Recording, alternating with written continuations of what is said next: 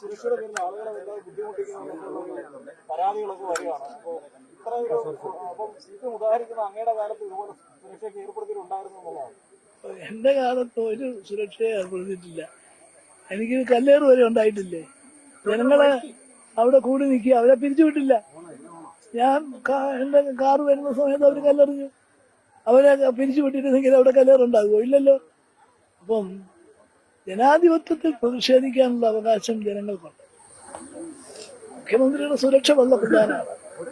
മുഖ്യമന്ത്രിയുടെ യാത്രയ്ക്ക് തടസ്സം ഉണ്ടാകാൻ പാടില്ലെന്നുള്ളതും ആവശ്യമാണ്.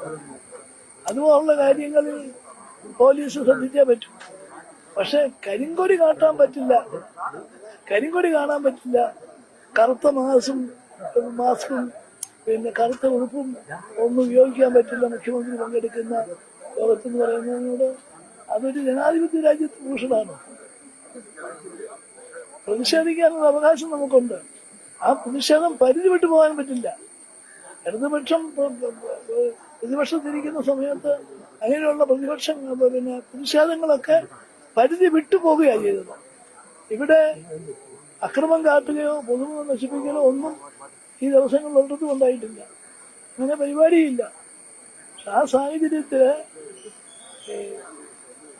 ഏർപ്പെടുത്തിയ സംവിധാനം ജനങ്ങൾക്ക് വളരെയേറെ ബുദ്ധിമുട്ട്. ഇന്ന് തന്നെ എത്രയോ പേരുടെ അനുഭവങ്ങളാണ് നിങ്ങൾ റിപ്പോർട്ട് ചെയ്തിരിക്കുന്നത്.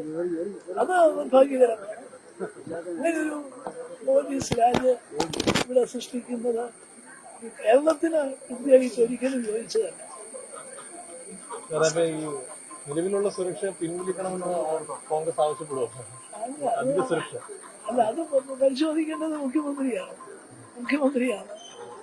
ജനങ്ങളുടെയും മാധ്യമങ്ങളുടെയും ഒക്കെ പ്രതിഷേധം കണക്കിലെടുത്തുകൊണ്ട് അത് സ്വീകരിക്കേണ്ടതാണ്.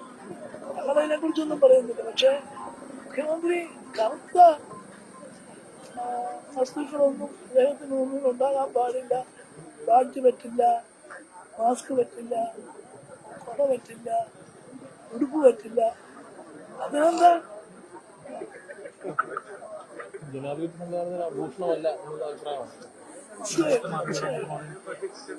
ജനാധിപത്യത്തിൽ